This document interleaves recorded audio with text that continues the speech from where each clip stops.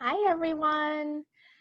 So today we are starting our new chapter book read aloud, and I'm so excited because the book is The BFG by Roald Dahl, and I'm sure some of you have read this before or have seen the movie. I haven't seen the movie, but after I read this to you, I might watch it because I've heard it's really well done.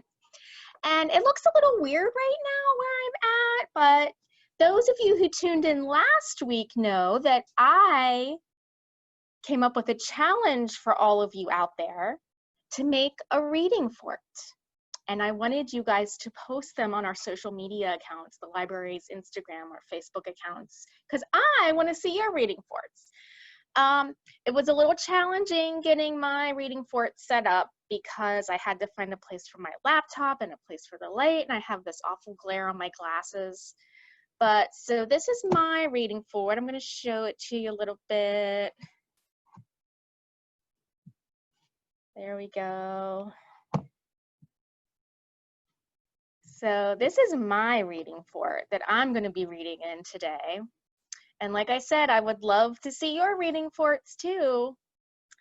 So let's get started reading. I'm excited to read this book. Thank you to, I forgot who we're supposed to thank, Penguin Random House for letting us read this book to you today. The first chapter of the BFG is called The Witching Hour. Sophie couldn't sleep. A brilliant moonbeam was slanting through a gap in the curtains, and it was shining right onto her pillow. The other children in the dormitory had been asleep for hours. Sophie closed her eyes and lay quite still. She tried very hard to doze off. It was no good. The moonbeam was like a silver blade slicing through the room onto her face. The house was absolutely silent. No voices came up from downstairs, and there were no footsteps on the floor above either. The window behind the curtain was wide open, but nobody was walking on the pavement outside. No cars went by on the street. Not the tiniest sound could be heard anywhere. Sophie had never known such silence. Perhaps, she told herself, this was what they called the witching hour. The witching hour, somebody had once whispered to her, was a special moment in the middle of the night when every child and every grown-up was in a deep, deep sleep, and all the dark things came out from hiding and had the world to themselves. The moonbeam was brighter than ever on Sophie's pillow. She decided to get out of bed and close the gap in the curtains. You got punished if you were caught out of bed after lights out. Even if you said you had to go to the lavatory, that was not accepted as an excuse, and they punished you just the same. But there was no one about now. Sophie was sure of that. She reached out for her glasses that lay on the chair beside her bed. They had steel rims and very thick lenses, and she could hardly see a thing without them. She put them on, and then she slipped out of bed and tiptoed over to the window. And what do you think she's going to see out her window? When she reached the curtains, Sophie hesitated. She longed to duck underneath them and lean out of the window to see what the world looked like now that the witching hour was at hand. She listened again. Everything was deathly still. The longing to look out became so strong, she couldn't resist it. Quickly, she ducked under the curtains and leaned out of the window. In the silvery moonlight, the village street she knew so well seemed completely different. The houses looked bent and crooked like houses in a fairy tale, and everything was pale and ghostly and milky white. Across the road, she could see Mrs. Rance's shop where you bought buttons and wool and bits of elastic. It didn't look real. There was something dim and misty about that, too. Sophie allowed her eye to travel further and further down the street. Suddenly, she froze. There was something coming up the street on the opposite side. It was something black, something tall and black, something very tall and very black and very thin. And the next chapter is called Who? It wasn't a human. It couldn't be. It was 4 times as tall as the tallest human. It was so tall, its head was higher than the upstairs windows of the houses. Sophie opened her mouth to scream, but no sound came out. Her throat, like her whole body, was frozen with fright. This was the witching hour, all right. The tall black figure was coming her way. It was keeping very close to the houses across the street, hiding in the shadowy places where there was no moonlight. On and on it came, nearer and nearer, but it was moving in spurts. It would stop, then it would move on, then it would stop again. But what on earth was it doing? Aha! Sophie could see now what it was up to. It was stopping in front of each house. It would stop and peer into the upstairs window of each house in the street. It actually had to bend down to peer into the upstairs windows. That's how tall it was. It would stop and peer in, then it would slide on to the next house and stop again and peer in, and so on all along the street. It was much closer now, and Sophie could see it more clearly. Looking at it carefully, she decided it had to be some kind of person. Obviously, it was not a human, but it was definitely a person. A giant person, perhaps. Sophie stared hard across the misty moonlit street. The giant, if that was what he was wearing a long black cloak, and in one hand he was holding what looked like a very long, thin trumpet. Wonder what that's for. In the other hand, he held a large suitcase. The giant had stopped now right in front of Mr. and Mrs. Gucci's house.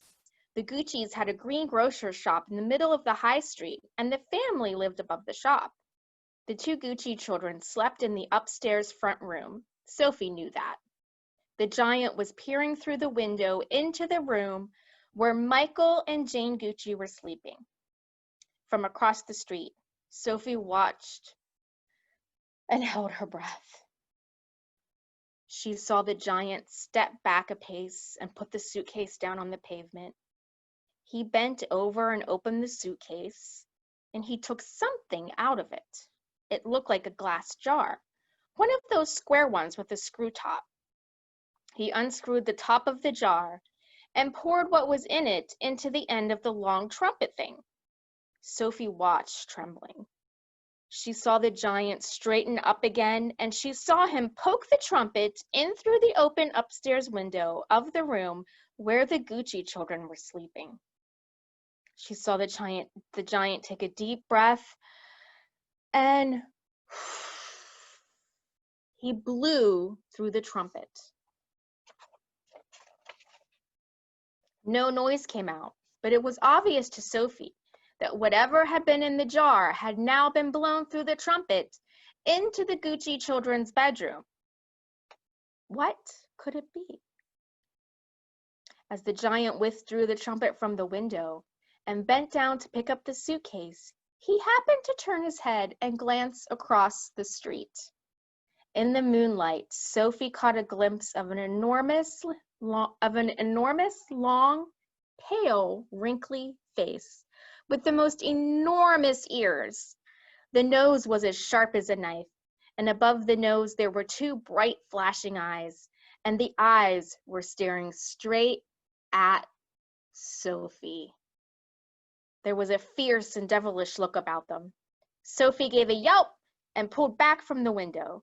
She flew across the dormitory and jumped into her bed and hid under the blanket. And there she crouched, still as a mouse and tingling all over. The snatch. Under the blanket, Sophie waited.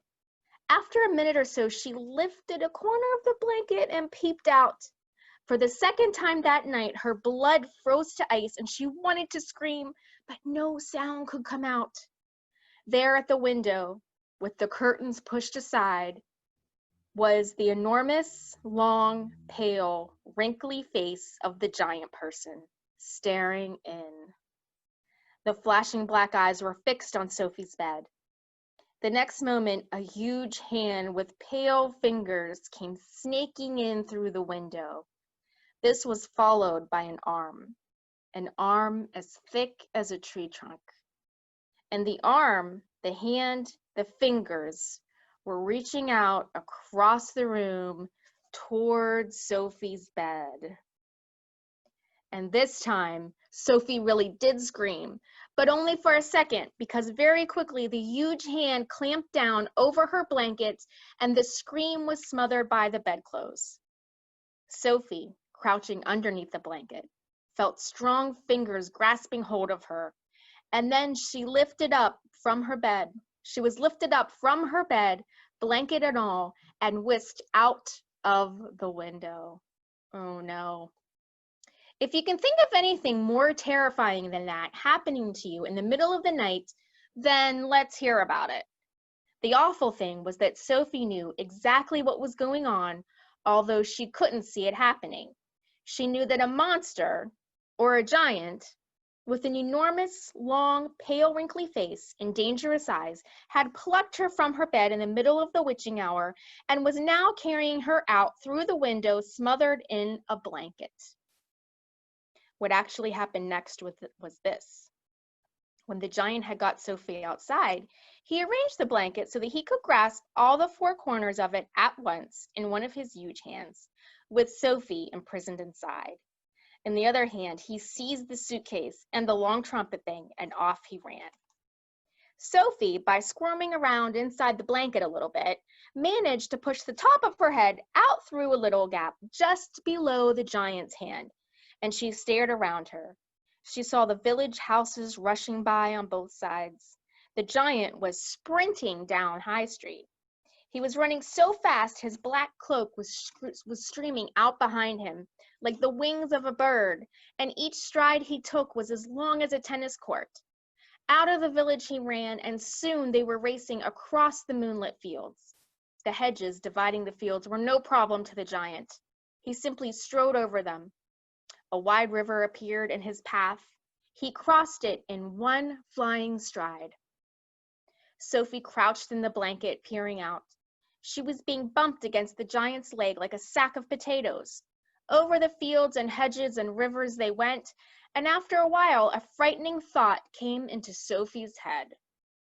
The giant is running fast, she told herself, because he is hungry, and he wants to get home as quickly as possible, and then he'll have me for breakfast. And that's the end of our chapters today. What a cliffhanger, huh? So you can watch this video Tuesdays at 4:30 and anytime after that. It's posted on our website. You can watch all the videos that we've posted on YouTube. And so you can watch it anytime, in the morning, in the afternoon if you need a break, before you go to bed, anytime. So join me next week when we'll read the next 3 chapters. And your challenge for next week is to let me know, what do you think is going to happen to Sophie next? You can either just comment on our social media pages, or you can draw a picture and post it to our social media accounts. That will be lots of fun. So I hope you guys are having a great week, and I'll see you next week. Bye-bye.